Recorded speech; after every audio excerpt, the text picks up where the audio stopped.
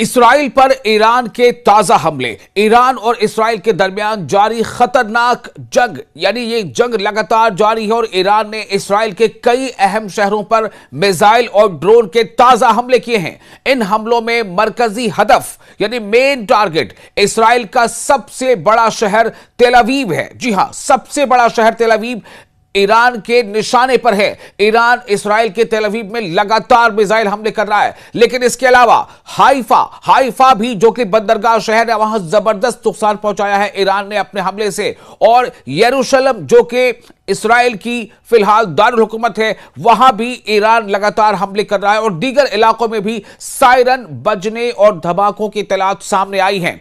यह तनाजा उस वक्त शिद्दत अख्तियार कर गया जब इसराइल और अमेरिका ने ईरान के अंदर मुतअद्दिद फौजी मिसाइल तंसीबात पर फिजाई हमले किए। इसके जवाब में ईरान ने ऐलान किया है कि वो इसराइल को बराह रास्त जवाब देगा और लगातार जवाब देता चला आ रहा है ईरान।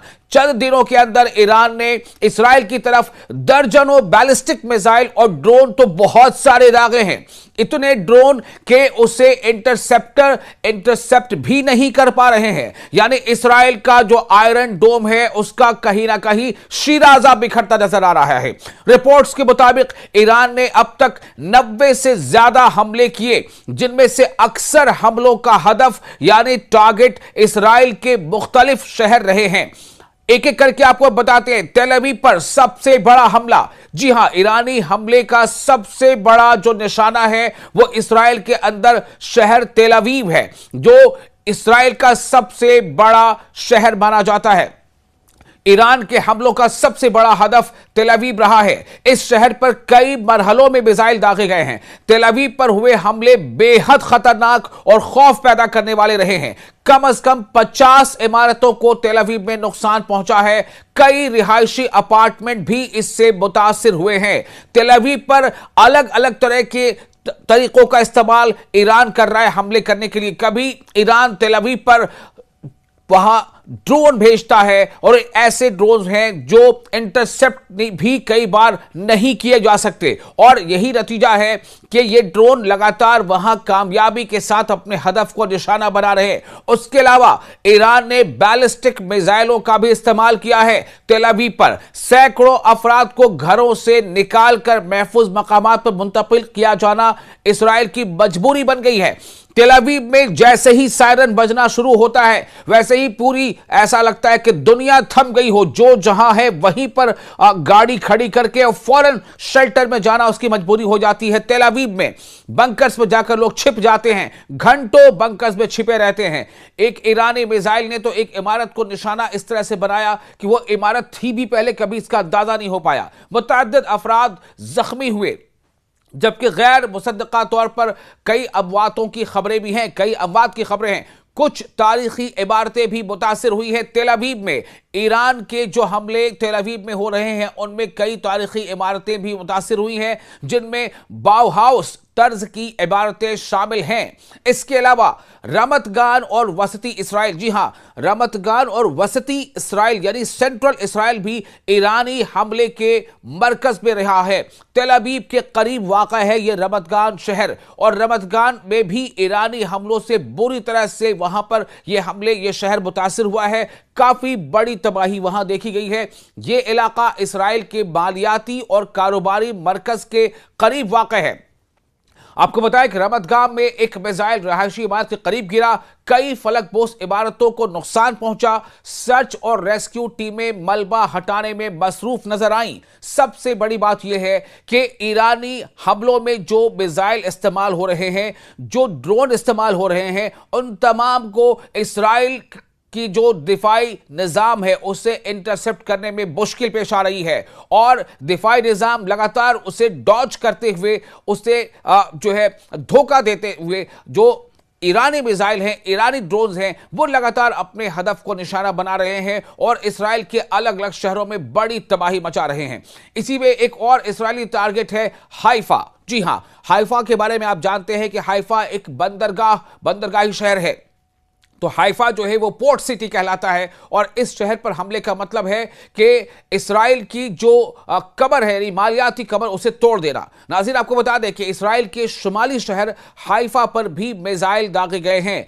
यह शहर इस्राएल की अहम बंदरगाह और सनती मरकज है, इसलिए इस शहर पर जो हमले हो रहे हैं वो इस नुक्ते नजर से इकोनॉमिकल पॉइंट ऑफ व्यू से काफी असरदार हैं। रिपोर्ट्स के मुताबिक हाइफा बंदरगाह के करीब धमाके हुए हैं, बिजली घर के करीब आग लग गई, कई अफराद जख्मी हो गए। हाइफा की बंदरगाह इस्राएल की तिजारत और फौजी रसद के लिए इंतहाई अहम समझी जाती है। हाइफा सिटी का तबाह होने का मतलब है कि इस्राएल के लिए बहुत बड़ी परेशानी का खड़ा हो जाना। हालांकि हाइफा जो पोर्ट सिटी है इसमें नुकसान अभी बहुत पहुंचा है, लेकिन ऐसा भी नहीं है कि यह सिटी पूरी तरह से तबाह हो गई हो। इसके अलावा एक और बड़ा शहर है बैत शम्स। बैत शम्स में बड़ा जानी नुकसान भी इस्राएल को उठाना पड़ा है। सबसे ज्यादा जानी नुकसान शहर बैत शम्स में हुआ है। यह बैत शम्स, आपको बता दें कि ईरानी हमलों का पहले ही और दूसरा जो हमला था दौर का, उसमें ही ईरान ने जबरदस्त नुकसान पहुंचाया।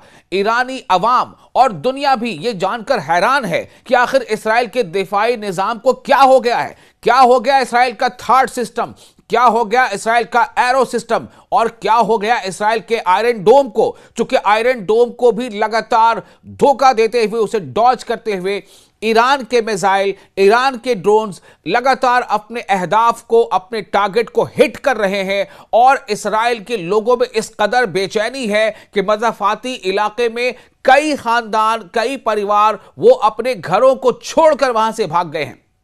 आपको बता दें कि बैत शम्स में जो हमला हुआ है उसमें 12 अफराद हलाक हुए हैं। बैत शम्स के हमले में जो रिपोर्ट्स आई है उसमें 12 हलाकतें हुई हैं, 50 से ज्यादा जख्मी हुए हैं, कई अफराद लापता बताए गए हैं। अब ये लापता अफराद जो है, क्या उनकी मौत हो गई है, ये अभी वो तहकीकाती इदारों का काम है कि उसे जांचे। ये हमला इस्राएल में ईरानी मिसाइल हमलों का सबसे मुहलिक यानी खतरनाक हमला समझा जा रहा है। इस्राएल में ईरानी मिसाइल हमलों का अगला निशाना यरूशलेम, जी हां, इस्राएल की दारुल हुकूमत, इस्राएल की राजधानी यरूशलेम। यरूशलेम में भी सायरन लगातार बजते सुने गए। इस्राएल के दारुल हुकूमत यरूशलेम में भी मिसाइल खतरे के सायरन बजाते सुनाए गए। एक मिसाइल मगरबी यरूशलेम के करीब गिरा, जिससे सड़कों को जबरदस्त नुकसान पहुंचा, गाड़ियों को नुकसान पहुंचा, कई गाड़ियों में आग लग गई, कई अफराद जख्मी हो गए।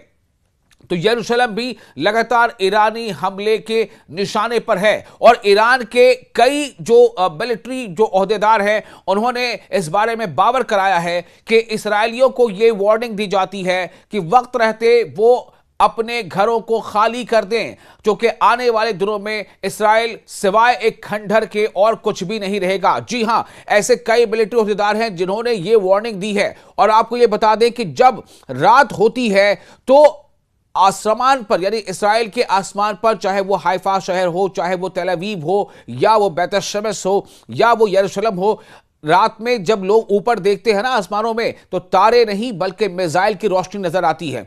जबरदस्त तरीके से मिसाइल दाग रहा है ईरान इस्राएल पर। और सबसे बड़ी बात यह है कि आखिर ये तमाम मिसाइल इंटरसेप्ट किए क्यों नहीं जा पा रहे हैं। उसका एक बड़ी वजह यह है कि ईरान ने इस बार एक नई टेक्निक जो है वो दिखाई है इस्राएल की फलक पर। वहां पर वो क्लस्टर मिसाइल से हमले कर रहा है। जैसे ही मिसाइल हवा में जब वो बिल्कुल अपने टारगेट के करीब पहुंच चुका होता है, उससे कुछ ही देर पहले वो क्लस्टर यानी कि वो टुकड़े टुकड़े होकर कई अलग अलग मिसाइल में तब्दील हो जाता है। यानी कि एक बड़ा मिसाइल वो करीब छोटे छोटे 80 मिसाइल में तब्दील हो जाता है। और उसे इंटरसेप्ट करना किसी भी दिफाई निजाम के लिए अब तक कारगर साबित नहीं हुआ है। किसी भी आयरन डोम, किसी भी थार्ड के लिए यह मुमकिन नहीं है कि एक साथ वो 80 मिसाइलों को इंटरसेप्ट कर ले, क्योंकि वो क्लस्टर मिसाइल है। अगर 2 से 3 बैलिस्टिक मिसाइल आगे, 2 से 3 दूसरे मिसाइल आगे, जिनका जो क्लस्टर मिसाइल है, तो आप समझ ले 80 को आप इजाफा कर ले, 80 गुना 3, तो ये मुमकिन नहीं हो पा रहा है। और यही वजह है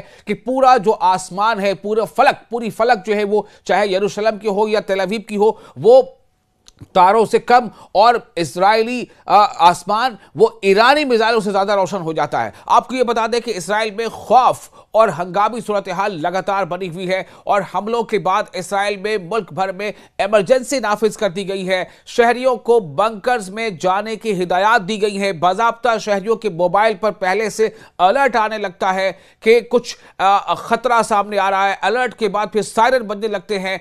मजबूरी होती है उन वहां पर इसराइल में रह रहे लोगों की, यहूदियों की, कि वो किसी करीबी शेल्टर में या बंकर, जो वहां पर बंकर्स बने हैं, वहां जाकर छुपे। हालांकि आपको बता दें कि बैत शमस में जो हमला हुआ था ईरानी ड्रोन्स का, ईरानी मिसाइल का, उस हमले में 12 लोग की जानें गई थी और कई अब भी लापता बताए जा रहे हैं। हो सकता है कि ये जो तादाद है वो कहीं ज्यादा बढ़कर हो। तो ये जो हलाकतें हुई थी ये उन्हीं लोगों की हुई थी जो शेल्टर्स में रह रहे थे, जिन्होंने बंकर्स में पनाह ले रखा था, उन्हीं की मौत हुई थी। तो इसका मतलब यह हुआ कि कुछ मिसाइल ईरान ने इतने ताकतवर भी दागे हैं जो बंकर्स या जो शेल्टर्स बनाए गए हैं लोगों के लिए, वो भी उन्हें बचा नहीं पा रहे हैं। तो आर्जी तौर पर बंद कर दी गई है तमाम तरह की ऐसी जो सरगर्मियां हैं। इसराइल के कई म्यूजियम और सकाफती मराकज भी बंद कर दिए गए हैं। जी हां, इसराइल के कई म्यूजियम और सकाफती मराकज भी बंद कर दिए गए हैं इन हमलों के मद्देनजर। इसराइल का दिफाई निजाम दरअसल है कैसा? ईरान के मिसाइलों को रोकने के लिए इसराइल ने अपने दिफाई निजाम इस्तेमाल किए हैं, लेकिन वो पूरी तरह से कारगर साबित नहीं हो पा रहे, चूंकि ईरान ने टेक्निक ऐसी इस्तेमाल की है, आयरन डोम, डेविड्स स्लिंग या एरो मिसाइल डिफेंस सिस्टम। इन सिस्टम्स ने कई मिसाइल को फजा में तबाह तो किया, लेकिन कई मिसाइल दिफाई निजाम से बचकर इन्हें डॉज करते हुए शहरों में अपने टारगेट पर लगातार गिर रहे हैं। इनमें क्लस्टर ड्रोन और क्लस्टर मिसाइल ने जबरदस्त तबाही मचा रखी है। जो इस जंग के माहिरीन हैं उनके मुताबिक अगर यह जंग इसी तरह जारी रही तो पूरा मशरिक़ वस्ता जंग की लपेट में आ सकता है। अमेरिका, लेबनान और दीगर ममालिक भी शामिल हो सकते हैं। यानी लेबनान पर एक तरफ जहां इसराइल हमले इसलिए कर रहा है ताकि लेबनान इसराइल पर हमले शुरू ना कर दे, लेकिन लेबनान ने जवाबी हमला शुरू कर दिया है और लेबनान के जवाबी हमले से यानी इसराइल के अलग अलग शहरों पर एक तरफ तो ईरान जो है अपने मिसाइल दाग रहा है, ड्रोन हमले कर रहा है, और दूसरी तरफ लेबनान भी अब इसराइल पर लगातार हमले कर रहा है। हिजबुल्लाह ने भी कई मिसाइल दागे हैं। हालांकि लेबनान पर इसराइली हमले भी हुए हैं और उसमें कई नुकसान वहां भी हुआ है इसराइली फजाई हमलों में, लेकिन हिजबुल्लाह ने जो मिसाइल दागे हैं और हिजबुल्लाह ने जो रॉकेट दागे हैं उससे इसराइल के जो मरकाबा जो टैंक है, 4 मरकाबा टैंकों के बारे में खबर आ रही को बुरी तरह से तबाह कर दिया है हिजबुल्लाह ने अपने इन हमलों में। तो इसराइल ने भी ऐलान किया है कि वो ईरान के मिसाइल अड्डों को निशाना बनाएगा। ये लगातार एक दूसरी तरफ से चल रहा है। अब आपको ये बताते हैं कि ईरान के हमलों का निशाना सिर्फ इसराइल ही या इसराइल के अलग अलग शहर नहीं है, बल्कि बड़े तादाद में खलीजी ममालिक हैं जो इस ईरानी हमलों का निशाना बन रहे हैं। ईरान ने सिर्फ इसराइल ही नहीं बल्कि उन ममालिक को भी निशाना बनाया जहां अमरीकी फौजी अड्डे मौजूद हैं। इनमें पहला नाम है कतर। जी हां, कतर का नाम पहला है। और कतर में दरअसल टारगेट क्या है, अहम अहदाफ क्या है? अमरीकी फौजी तंसीबात, अमेरिकन मिलिट्री इंस्टॉलेशंस या मिलिट्री बेसिस, ये कतर के वो हिस्सा है जिस पर लगातार ईरान जो है वो हमले कर रहा है। दारुल हुकूमत दोहा के करीब के इलाके, तो इन जगहों पर ईरान ने न सिर्फ ये कि हमला किया बल्कि इन बेसिस को तबाह कर दिया है। मिसाइल हमलों के बाद 16 शहरी जख्मी हुए हैं कतर में। कतर ने 2 ईरानी जंगी तैयारे मार गिराने का दावा हालांकि किया है। अब आपको बताते हैं ईरानी हमलों का निशाना बहरीन भी बन रहा है। बहरीन भी ईरानी हमलों के निशाने पर है। क्यों है? इसलिए कि बहरीन में अमरीकी अड्डे हैं। बहरीन में ईरानी हमलों के निशाने पर क्या क्या रहा आपको यह भी बताते हैं। अमरीकी 5th फ्लीट का हेडक्वार्टर, जी हां, अमरीकी 5th फ्लीट का हेडक्वार्टर बहरीन में है, वो निशाने पर रहा। बंदरगाह और सनती इलाके बहरीन के ये निशाने पर रहे। नतीजा क्या है? एक शहरी हलाक जैसी की रिपोर्ट्स अभी आ रही हैं। तेल बरदार जहाज को नुकसान पहुंचाया गया ईरानी हमलों से। अमरीकी फौजी अड्डे को भी पार्शियली नुकसान पहुंचाया गया है। बहरीन में जो अमरीकी फौजी अड्डा है उसे ईरान ने हमला करके जबरदस्त नुकसान पहुंचाया है। इन सब के बाद अगला नाम है जो ईरान के निशाने पर है, वो है ओमान। ओमान क्यों है ईरान के निशाने पर? चूंकि ओमान में भी अमरीकी अहदाफ हैं, अमरीकी तंसीबात हैं। आपको बता दें अहम अहदाफ जो ओमान में है उनमें दुकुम पोर्ट, इसके अलावा सलालह पोर्ट और ये तमाम चीजें हैं। खलीज ओमान में तेल बरदार जहाज ये भी ईरानी हमलों के टारगेट पर है। नतीजा क्या है? एक जहाज पर हमले में एक शख्स की हलाकत की खबर आई है और माली एतबार से तो बहुत बड़ी तबाही मचा दी है ईरान ने इस हमले में जो ओमान पर किया है। कई अफराद जख्मी, बंदरगाह के फ्यूल टैंक को नुकसान पहुंचा है। यह जबरदस्त खबर है। अब आपको बताते हैं, इराक के कुर्दिस्तान रीजन पर भी हमले कर रहा है ईरान। जी हां, इराक के कुर्दिस्तान रीजन पर हमले इसलिए भी कर रहा है क्योंकि कुर्दिस्तान रीजन पर अमेरिका की निगाह है। अमेरिका इसी रीजन से ईरान को एक नए तरह के बहरान में मुलविस करना चाहता है और अमेरिका चाहता है कि कुर्द जो वहां पर फाइटर ग्रुप्स हैं उनको ईरान के खिलाफ भड़काया जाए। लेकिन इसलिए ईरान ने इस इलाके को भी अपने हमले का निशाना बनाया। इसके अलावा इरबिल भी एक अहम हदफ है, यानी ये कह लें कि एक इंपॉर्टेंट टारगेट है ईरानी हमलों का। इरबिल इंटरनेशनल एयरपोर्ट, अमरीकी कौंसल खाना ये है दरअसल ईरान के निशाने पर। उसके अलावा हरीर एयर बेस, ये तमाम चीजें जो इराक के आसपास की हैं वो ईरानी हमले के निशाने पर हैं। उसकी बड़ी वजह यह है कि यहां पर अमरीकी इंस्टॉलेशंस हैं और इसलिए ईरान यहां भी नुकसान पहुंचा रहा है। तो आपको बता दें कि इसमें कई ऐसे हमले पिछले 4-5 दिनों में हो चुके हैं जिनमें से करीब 100 के करीब जो मिसाइल और ड्रोन हमले बताए जा रहे हैं। ज्यादातर हमले अमरीकी दिफाई निजाम ने, जैसा कि उनका दावा है कि उसने नाकाम बनाया है, लेकिन ईरान का दावा है कि हमने जबरदस्त तरीके से स्ट्राइक किया है और अमेरिका को इन तमाम इलाकों में जो हमने अभी नाम लिए हैं वहां नुकसान पहुंचाया है।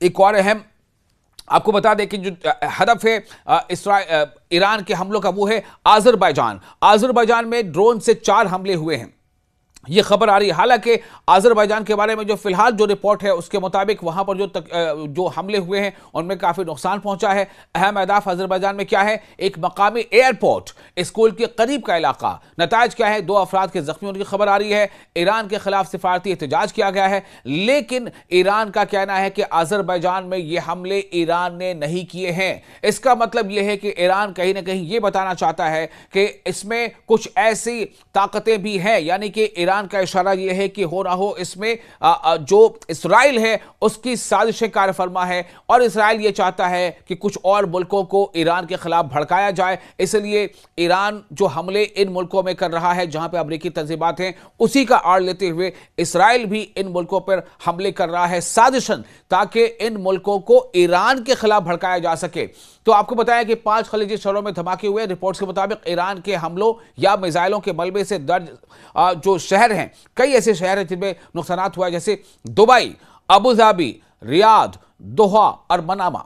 ये 5 अहम शहर हैं अरब ममालिक के जिनमें ईरानी हमलों का जो टारगेट रहा है उस पर जबरदस्त नुकसान पहुंचा है। इन इलाकों में अमेरिकी फौजी तंसीबात और इत्तेहादी मराकज को टारगेट किया गया है। ईरान ने इन इलाकों में टारगेट किया है जिनमें ईरान के हमलों के जो अहम मकासद क्यों बताए जा रहे हैं। जैसा कि ईरान ने पहले से कहा था कि अगर ईरान पर किसी भी तरह का हमला हुआ तो ईरान पूरे खित्ते में जहां कहीं भी अमरीकी मफादात हैं, अमरीकी इंटरेस्ट हैं, उसे नुकसान पहुंचाएगा। जो इसमें खबर सामने आ रही है, जो लगातार रिपोर्ट्स आ रही है, उसके मुताबिक इसराइल पर बराह रास्त दबाव डालना, मशरिक़ वस्ता में अमरीकी फौजी अड्डों को निशाना बनाना और खित्ते के इत्तेहादी ममालिक को जंग में शामिल होने से रोकना, ये तमाम वो चीजें हैं जो ईरान के टारगेट का निशाना है। ईरान किसी भी सूरत में इसराइल को बख्शना नहीं चाहता, इसलिए ईरान जो है इसराइल पर लगातार और जबरदस्त हमले कर रहा है। तेल अवीव में कर रहा है, हाइफा में कर रहा है, यरूशलेम में कर रहा है, बैत शमस में कर रहा है और इन हमलों का नतीजा ये होगा कि इसराइल पर जबरदस्त दबाव बनेगा। ये ईरान की स्ट्रैटेजी है और ईरान अपने हमले को रोक नहीं रहा है। पूरे मशरिक़ वस्ता में फ़ज़ाई दिफाई निज़ाम अलर्ट हैं। कई ममालिक ने फ़ज़ाई हदूद बंद कर दिए हैं। आलमी सतह पर तेल की कीमतें बढ़ रही हैं और जो एक्सपर्ट्स बता रहे हैं कि अगर ये जंग जारी रही तो मशरिक़ वस्ता की सबसे बड़ी जंग बन सकती है। तो ये तमाम वो हालात हैं जो ईरान झुकने का नाम नहीं ले रहा है। डोनाल्ड ट्रंप लगातार, यानी अमेरिका लगातार दबाव बनाने की कोशिश कर रहा है। अमेरिका की तरफ से, डोनाल्ड ट्रंप की तरफ से खासतौर से कई तरह के बयानात आ रहे हैं, लेकिन ईरान का कहना है कि वो हर तरह के कंडीशंस और हर तरह के हालात से निपटने के लिए पूरी तरह से तैयार है। ईरान के हमले लगातार जारी हैं